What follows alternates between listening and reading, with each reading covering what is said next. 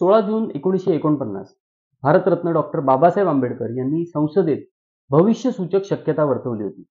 Election commission किंवा निवडणूक आयोगाबद्दल गुलाम किंवा हुकमाचा अंगठा असेल अशी शक्यतायुक्त भीती व्यक्त केली आणि म्हणाले, निवडणूक पारदर्शक, संतुलित व स्वतंत्र पद्धतीने होण्यासाठी स्वतंत्र, स्वायत्त व कोणत्याही हस्तक्षेपापासून मुक्त असे इलेक्शन कमिशन हवे. बाबासाहेबांना आदरांजली वाहून आजच्या व्हिडिओला सुरुवात. ईव्हीएम हॅक होतात का, ईव्हीएम हॅक होऊ शकतात का, यावर त्या क्षेत्रामधील तज्ज्ञ बोलतील, आपापली बाजू मांडतील, हे अपेक्षित आहे. पण यापेक्षा एक वेगळा मुद्दा मांडावा असा वाटतो.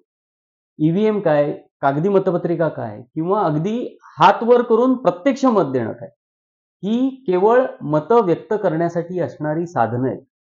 ती सगळी किंवा इंडिव्हिज्युअली चांगली, खात्रीशीर असतीलही, परंतु तशी खात्री या साधनांच्या आधारे अंमलात आणल्या जाणाऱ्या संपूर्ण निवडणूक प्रक्रियेबद्दल सुद्धा वाटायला हवी.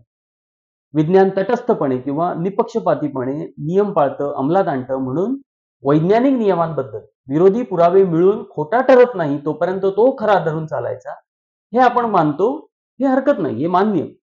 परंतु निवडणुकीसारख्या मानवांनी कृत्रिमपणे बनवलेल्या, मानवी सहभाग असलेल्या प्रक्रियेत, जिथे बऱ्याचदा मानवांच्या सत्तेची हाव, स्वार्थ, अहम अशा तीव्र भावना, अफाट पैसा दावावर लागलेला असतो, ती प्रक्रिया विज्ञाना एवढ्याच तटस्थपणे आणि निपक्षपातीपणे अंमलात आणली जाईल यावर विश्वास ठेवता येत नाही.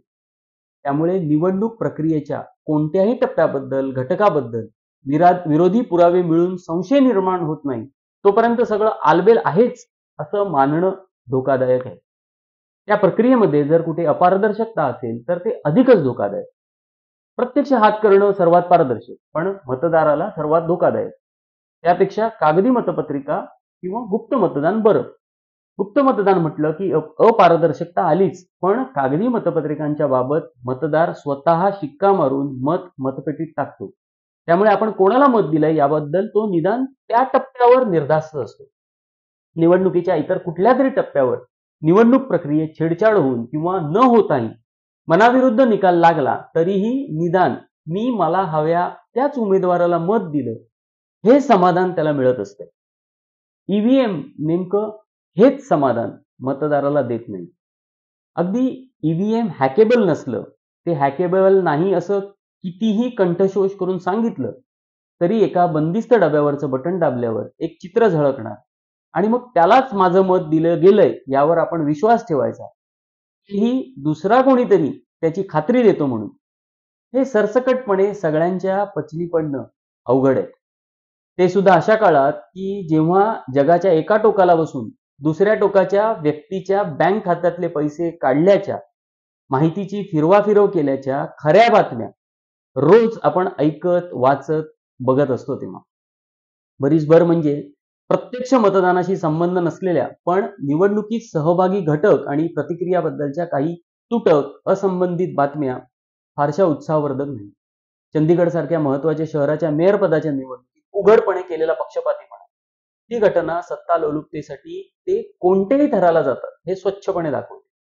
इलेक्शन कमिशनचं सिलेक्शन पॅनल 3 जणांचं, त्यात 2 जण सत्ताधारी पक्षाचे, 1 विरोधी पक्षाचे. असं का? त्या सिलेक्शन पॅनलमध्ये 2 जण विरोधी पक्षाचे आणि 1 सत्ताधारी पक्षाचा असं का नको? चंदीगडच्या निवडणुकीत पक्षपातीपणाचा फायदा ज्या पक्षाला झाला त्याच सत्ताधारी पक्षाचे 2 जण सिलेक्शन पॅनलवर आहेत. आता हा योगायोग आहे का? महाराष्ट्राच्या 288 जागांसाठी एकाच टप्प्यात निवडणूक घेता येते, मग झारखंडच्या 81 जागांसाठी 2 टप्प्यात का? आता मतदान, मतमोजणी याचा प्रत्यक्ष संबंध काही नाही, पण हे अतार्किक किंवा इलॉजिकल आहे. मतदान संपल्यानंतर काही तासांनी वाढलेली टक्केवारी, हे असं होणं हे भूषणवाद नाही, हे कोणालाही पटावं. ते सुद्धा इतकं आधुनिक तंत्रज्ञान असताना. ह्या आणि अशा काही घटना सुट्या बघितल्या तर कदाचित गंभीर वाटत नाहीत, पण सगळ्यांचा एकत्रितपणे जर विचार केला तर त्या निवडणूक आयोग आणि निवडणूक प्रक्रियेबद्दल आत्मविश्वास वाढवणाऱ्या, आश्वस्त करणाऱ्या नक्कीच नाहीयेत. केवळ ईव्हीएमच नाही तर संपूर्ण निवडणूक प्रक्रियेबद्दल मतदारांना विश्वास वाटायला हवा.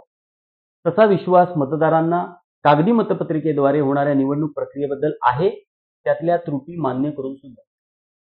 ईव्हीएम सह निवडणुकीबद्दल तसा विश्वास निर्माण करायचा असेल तर निवडणूक प्रक्रियेत होत नाही हे नुसतं सांगण्याऐवजी जितक्या मार्गांनी जितक्या टप्प्यांवर तपासता येईल दाखवून देता येईल तितक्या वेळा दाखवून द्यायला हवं.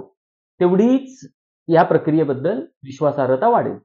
एक उदाहरण म्हणजे ईव्हीएम हॅकेबल नाही, 5% सॅम्पल व्हीव्हीपॅट काउंटिंगसाठी पुरेसे आहे हे केवळ सांगण्याऐवजी पुढच्या काही निवडणुका 100% व्हीव्हीपॅट काउंटिंग करून दाखवा ना. विश्वास निर्माण झाल्यावर मग वाटल्यास करूया पुन्हा 100चे 5%. न्यायदानाच्या बाबत justice must not only be done but must also be seen to be done असं म्हटलं जातं. तेच निष्पक्ष निवडणूक प्रक्रियेला सुद्धा लागू होते. बघा पटकन. इंडियन व्हॉइसला फॉलो करा, लाईक करा, सबस्क्राईब करा. धन्यवाद.